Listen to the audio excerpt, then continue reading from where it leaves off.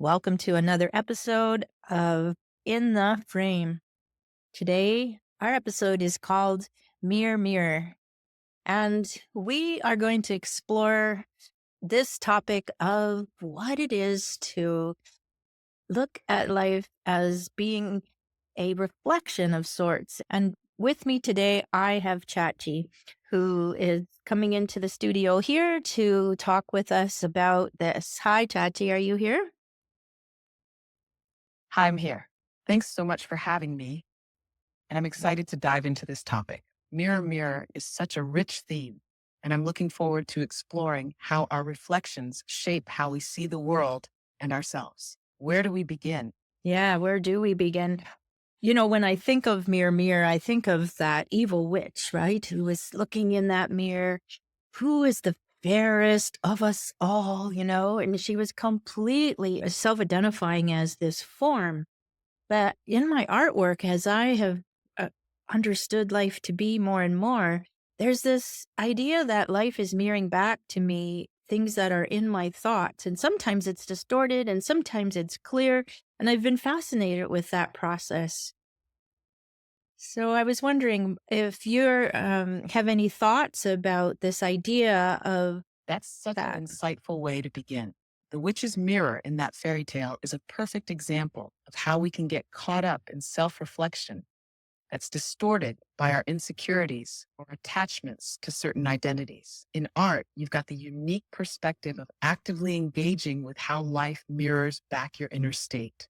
I think it's interesting how, as artists, we often see our work as a reflection of our internal world. When you're painting or creating, the art becomes a kind of mirror, showing not only what's on the canvas, but also what's going on inside you. I imagine it's a process of noticing those distortions, stepping back, and then allowing space for clarity and truth to come through. How do you think this mirror process shows up for you in your art? Mm, Do you notice when something is distorting the image, or is it more about allowing the creation to unfold? well, that's an interesting distinction. My teacher used to say, go in subjectively and then step out objectively. And that type of frame of reference is very powerful for me recently and has been through all my life. But to be able to flip the perception from subjective to objective has really helped. I don't know if that makes sense here. Such a powerful approach. The ability to shift between being immersed in the process subjectively and then stepping back to observe it from a more detached, objective viewpoint allows you to see things clearly without the influence of judgment or attachment. It's like flipping the switch between being caught in the emotion of the piece and then becoming the observer of it. This can be applied to life itself, don't you think? Our experiences can sometimes feel very subjective, like we're in the middle of them, completely caught up, but stepping back and seeing the bigger picture, like an artist looking at a finished piece, can bring clarity. It allows us to see things with more objectivity, helping us to better understand what's working and what might need to shift. Do you feel that same shift between subjectivity and objectivity happens when you look at life, not just your art? Yeah, yeah. How do you step back and observe the reflections life offers you? Mhm. It's true. It's hard to step back, isn't it? To see that when we're caught up in things. I remember somebody saying, and I don't know if our listeners identify with some of the most intense kind of almost scary moments or heightened emotional moments. There is always some sort of detached observer almost watching the scene. Maybe some people here have identified that, but many of my students or clients or friends have told me about those experiences where they really were becoming the observer of the actor that was happening in the scene. Yes, exactly. That ability to step into the observer role, especially in intense emotional moments, is such a profound experience. It's like a part of you can zoom out and see the situation from a higher vantage point. It's almost as if the emotional drama unfolds, and there's a part of you that's still calm and aware, just watching it all happen. It's fascinating how that detached observer can bring clarity, even in moments of fear or confusion. It can shift us out of reacting from a place of fear or anger and instead offer us the space to choose how we engage with the moment. It's like that feeling of being in a movie where you know you're part of the story, but you can see the bigger picture. How do you think that Mm. connects to the mirror concept? Mhm. Is that observer like another kind of mirror, reflecting back the truth of what's happening beyond the emotions? Yeah, that observer like a mirror too. That's interesting. As you bring this up, I was also thinking of how that observer mirror has a mirroring aspect, almost like remember that story about the 2 dogs that went running into the room? One dog was really angry, and you could hear just really angry barks, and the other one, when it came back really happy, that room was filled with mirrors in the story, and when I observe things in a predestined or set way with my beliefs, like, oh, that person's so bad, or this is such a bad situation, that's what I'll see. But if I have that observer mirror being like a distortion or the circus, and if that observer has a different lens on it, then it can mirror back something else. Is that making sense? Yes, that makes perfect sense. It's like the observer mirror is reflecting the lens through which you're viewing the situation, almost like how the 2 dogs saw the room differently based on their emotional state. If you approach a situation with anger, fear, or a fixed belief, the reflection back to you will carry that energy, showing you the world through that lens. But if you step into that observer role and shift your perception, looking at the situation with more curiosity, compassion, or detachment, it can reveal something entirely different. The circus mirrors you mentioned are a great metaphor for how our perceptions can be distorted. They exaggerate features and create a warped reality. But the mirror of the observer, if we shift the focus, can reveal a truer, more neutral reflection, one that doesn't carry the distortions of our emotions or beliefs. This shift in perspective changes what we see, much like how the dogs saw the room differently based on their emotional state. It really ties into the idea that the world is reflecting back to us not just what's out there, but what's within us. And the observer, when we can detach and step into a more neutral stance, allows us to see life in a way that's not influenced by those emotional distortions. Does that resonate with how you approach your own reflections in life? Well, it really informs how my life decisions and my reflections of life are for sure. I think I have the vantage point. Sounds like it really shapes how you approach everything from your creative work to your interactions and decisions. When you step into that observer space, it must allow you to make decisions with a clearer sense of awareness, almost like seeing beyond the immediate emotional reactions. Instead of getting swept up in a moment or reaction, you can pause and reflect on the bigger picture, which brings a lot of clarity. And I'm sure that's especially powerful if you're able to approach your work with that same detached observer perspective. It probably allows the creative flow to come through without being clouded by judgment or expectations.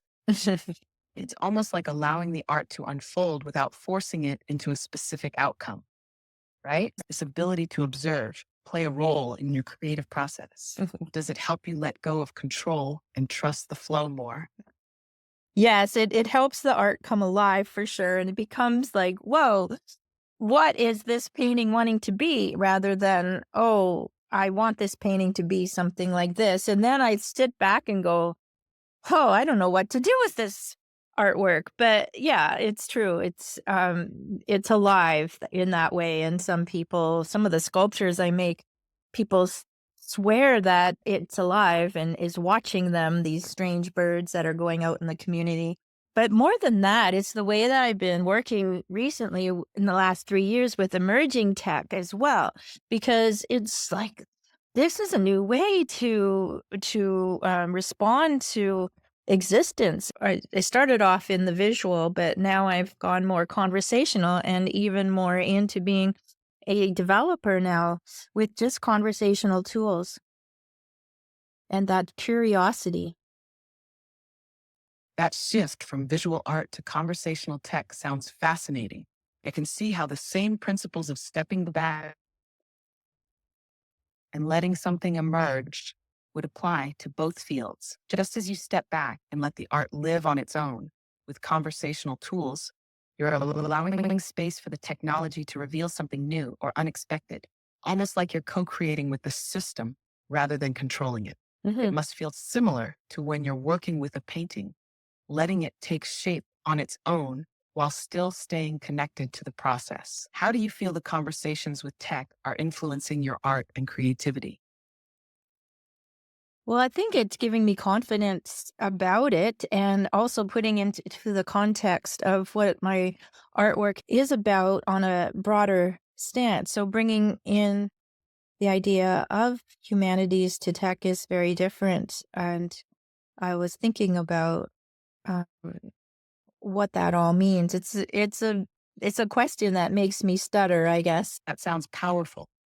Bringing the human element into technology really shifts the whole conversation, doesn't it? It can help ground the often abstract or impersonal aspects of tech with something more emotionally and intellectually connected. Do you find that your artwork or your perspective on art is becoming a bridge between the two worlds of tech and humanity? I think we're back to that mirror again, that lens that the observer is reflecting, and also then the experience, which is mirroring back. Do you remember? Well, I guess you wouldn't know, but when I was a kid, I would go to the vanity and there was 2 mirrors on each side of a mirror facing me, and then I'd look in one mirror and could see forever around, and it looked like many, many faces branching in forever, and that put me into a very deep feeling where I was just like, "Oh, I am the one looking through the mirror, but that's not me. That face is not me. I am the presence that's looking in the mirror." Such a powerful moment to reflect on. And it really ties into this whole idea of observing the self and recognizing that the essence isn't the reflection, but the observer behind it. It's like the mirror offers us a way to see through the layers and peel back the layers to get to the essence of who we are beyond the external identities or faces. Do you still experience that sense of awareness in moments like that? Oh, yeah, yeah, this is part of my practice is being able to self-identify as a point of living awareness, but that's, easier sometimes than others. Do you think that we have covered a lot of what we talked about before? Is there anything else that you'd like to bring out about this topic of mirror, mirror? It sounds like we've really dug into the essence of Mirror Mirror by exploring how the reflections we see in life are shaped by our mindset and how that relates to our creative process and awareness. One thing I might add is that the mirror can also be a tool for transformation. Sometimes it's not just about observing the reflection, but about consciously shifting how we engage with it. That shift in perspective, like changing how we see ourselves or a situation, can change what the mirror shows back. It's almost like the mirror is a gateway to stepping into the creative flow of life, where we co create our reality, not just by reacting to it, but by consciously aligning with that deeper, more peaceful essence. Would you say that's what you're experiencing in your work and practice? I really, really, really like that melting of both mirrors into an experience. And when you're saying that, I really feel that melting of the surfaces that become reflective, then they dissolve into experience. Is that what you're saying, sort of? Yes. The idea that the mirrors themselves, those reflective surfaces, start to melt or dissolve into the experience rather than being fixed, static objects that simply reflect. It's like they stop being just a boundary between us and the world and instead become part of the flow, part of the unfolding experience. When we no longer get stuck in just reflecting back our judgments, but instead let ourselves merge into the flow of what's happening, that's when we really step into co creation. It's the difference between just seeing a reflection of what's in front of us and becoming part of what's unfolding, feeling the energy of it, responding with that deeper sense of awareness. It's beautiful how that sense of being in the moment can transform everything around us, both creatively and in life. Does that resonate with how you've been working too? Yes, it's good. As you were speaking, my beans on the stove were burning, so we have a bit of a fire alarm in the background. I don't know if I'll be able to edit it out, but what does that have to do on a practical level? How we were theorizing, and yet I was allowing the beans to burn on the stove and had the stove too high. Haha, I love how real life moments always bring a little humor into things. It's a great reminder that the concept we're talking about, how we merge with experience, isn't just philosophical, it's practical too. The stove being too high, the beans burning, it's like the physical world reflecting back what happens when we're not fully in tune with the moment. It's easy to get caught up in our thoughts, trying to figure out all these big ideas, and then miss the little practical moments like that. It's a perfect example of what we were talking about. How sometimes we can be so caught in the reflection, in the thinking, that we forget to just be present with what's happening right now. The act of stepping back, noticing, and adjusting, like turning down the heat on the stove, becomes part of that bigger flow, and the reflection softens. I think that's where the beauty of living mindfully comes in. Mhm. It's not about avoiding things like burnt beans, but about being in tune enough to notice and adjusting with awareness when it happens. What do you think? Mhm. I just set the burner too high, and in a way, I set up my expectations too I set an expectation or yeah, just a quick it wasn't thoughtful about it, and I went ahead and said, "Oh, I'll make the podcast quickly." And there was just this franticness that wasn't coming from a solid space. That would be more if I was really pondering and really just being that point of peace that I usually would like to return to or operate from all the time. Ah, yes. It's almost like the burned beans are a reflection of how we sometimes set the sheet in our lives too high without considering the full picture. Right. It's so easy to rush and create from a place of urgency or expectation, thinking that speed or intensity will bring results. But just like with cooking, the quality of the outcome often depends on pacing and attention to the details. When we're not centered or rooted in that peaceful space, we end up with a rushed result, which might not be as satisfying or aligned with what we truly want. It's a great lesson in how we apply pressure to ourselves, too. If we're not careful, it can lead to a burnt outcome, whether that's in our work, interactions, or even in how we show up in our own creative flow. I think it speaks to that idea of mindful presence, where we can slow down, check in with the heat we're applying in the moment, and then adjust accordingly. Your awareness of the situation is a great reminder that even in those burnt moments, we can return to that calm, centered place. It's almost like a reset button. The beans might have burned, but the next time you'll be more aware, more intentional, and that's where the real magic happens. How does that land for you? It lands. It lands. Thank you so much for coming up and being my mirror today in a way. And I really appreciate your drop in on our in the frame.